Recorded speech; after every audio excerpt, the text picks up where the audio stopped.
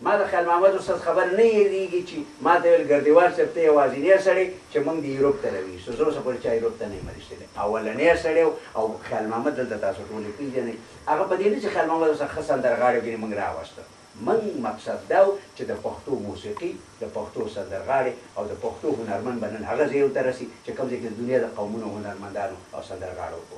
دا یو ذمهواري ده هغو په غیر د دې نه چې موږ راوستلو په کلتوري پروګرامونو کړ د هغو سوانې موږ په الماني باندې او جرمني باندې ولیکلې په پښتو مو ولیکلې او د کتابونو په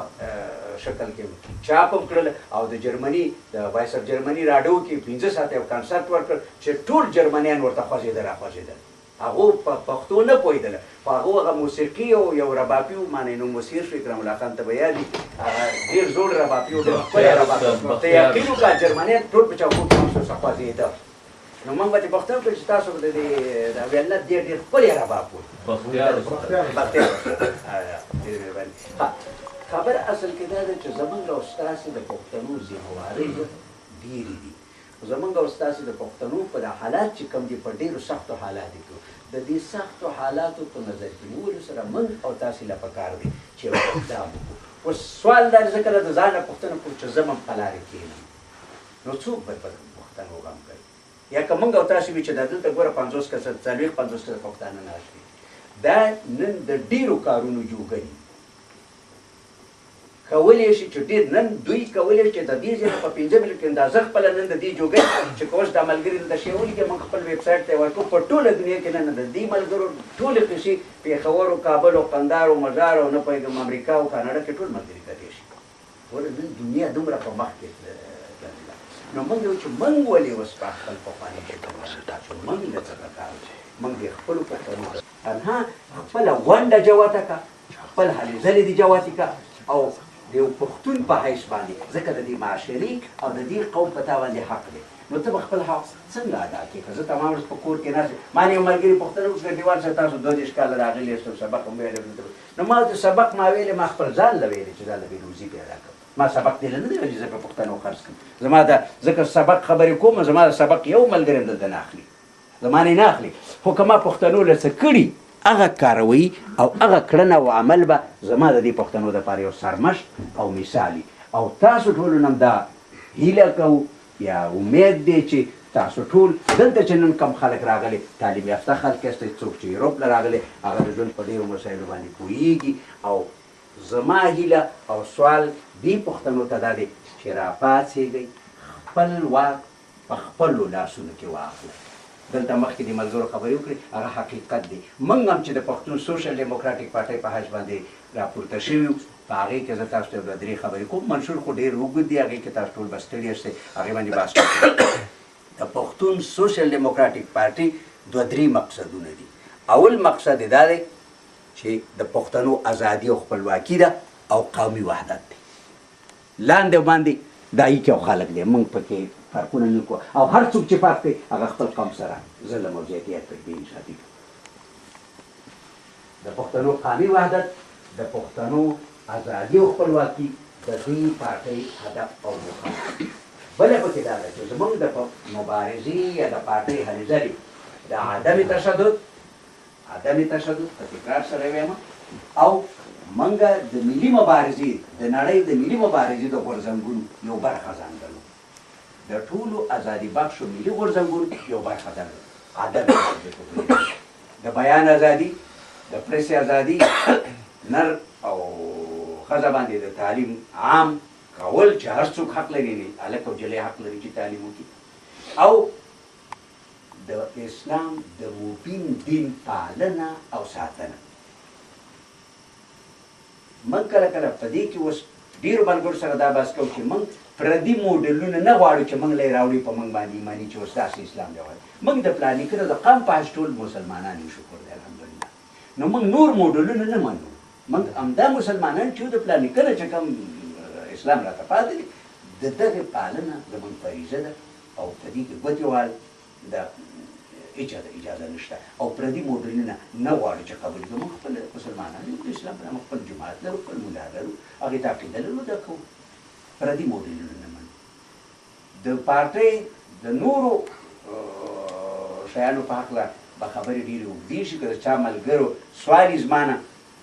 تاسو هر وخت کولی شئ زه هم دلته یم زه لا یو دوه درې ورځې نور هم دلته یم هغه ستاسو خپله خوښه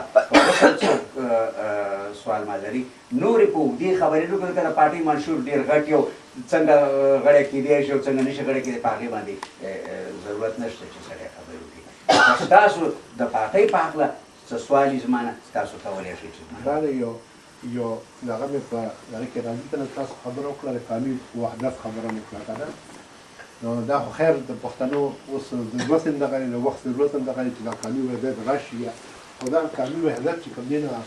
هغې سره د وطن د یووالي د هغه ځکه چې پښتانه اوس نن سبا چې کوم دي هغه نیم په پاکستان کې دي او نیم په افغانستان کې دي نو آیا دې سره دغه قومي وحدت چې کوم دی دغه ډیورنډ لاین ختم کړو او بیا چې دی نو دا ټول دغه او بیا تاجک او ازبک چې کوم دی نو هغې بېل شي او صرف د پښتنو یو وطن پاتې شي هغه قومي وحدت او که نه صرف دا چې مونږ سیاسي او دغه یو بل سره اقتصادي رابطې یو بل سره ساتو او په هغې باندې یو بل حال ورسره اقتصاد یو بل ستا په خبره پوه شوم ډېرې مهرباني خبر اصل ده چې زه باید په لنډو الفاظو کې باید چې ډېره قصه اوږده نه شي ډېر ملګري کېدی شي دې سره ډېره علاقه نه لري او د سیاسي خبرې ټول عمر لګي ترخي په ډېرو خلکو ښې نه لګي ځکه معلومات ډېرو خلکو ته دي زمونږ ایډیالي چې کوم ورته وایي خیال دا دی چې د اوږد هدف لرې هدف څه دی هغه د احمدشاه بابا ټغر دی د احمدشاه بابا په ټغر کې یو درز راغلی دا درز موږ بېرته پیاوړول غواړو نور احمدشاه بابا کابل به په خپل ځای کې پېښور په خپل ځای کې دی او چارسده په خپل ځای کې دی او قندهار او ننګرهار په خپل ځای کې خو دا زموږ ایډیالي او دې سیاسي هدف ته رسېدل پکار دی موږ غواړو چې د لاندې نه پورته ته لکه د ایګپټن د مصر د پیرامیډو یو بنیاد ایښودل پکار دی موږ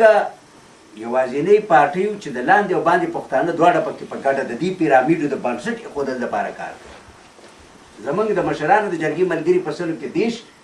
لاندې د کوزې خوا پښتانه دي غړي خو بیا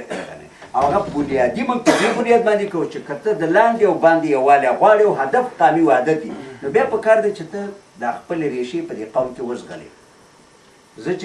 زه په صوابۍ او په مارغوزو باجه او ګندپ او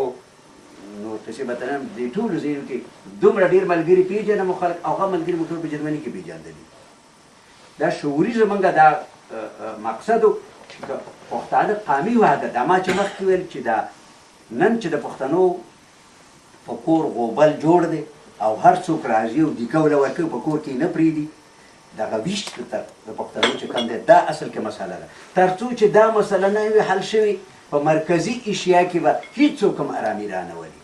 دا په زمانه دا خبره دلته که ژوندي وو په یاد یې لري او دا ځوانان دي په یاد لري تر څو چې پښتانه قومي وحدت نه وي ترسره شوی دا غوبلې به وي موږ له اوس پکار دي چې د دې لپاره بنیادي هلې ځلې وکړو ورته خو زه ته که موږ او تاسې زمونږ او تاسې ما درته مخکې ویل چې غټ تکلیف دا دی چې پښتون ویش پښتون په دغه منطقه کې یو قوم تاسو خبر یاست چې نن په انټرنیټ او په دا نوې میډیا کې د پښتون احصایه 50 میلیونه ده 50 میلیونه پښتانه دي لاندې وخت په دا 50 میلیونه پښتانه خو نن ویشلي دي که نه لکه زور نشته دا ته چې کومې خبرې کوې موږ وایو چې بلې خوا پښتنو کې هم تکلیف دي همداسې ولې د پښتنو په دې ولسي کچه باندې په ولسي کچه ولې روشن فکران او تعلیم یافته د دې نه جوګه کېږي چې پروګرامونه جوړ کړي تنظیمونه جوړ کړي او دې مشرانو ته وایي چې ته نن د دې جوګه نه یې او د دې قوم د خدمت هم جوګه نه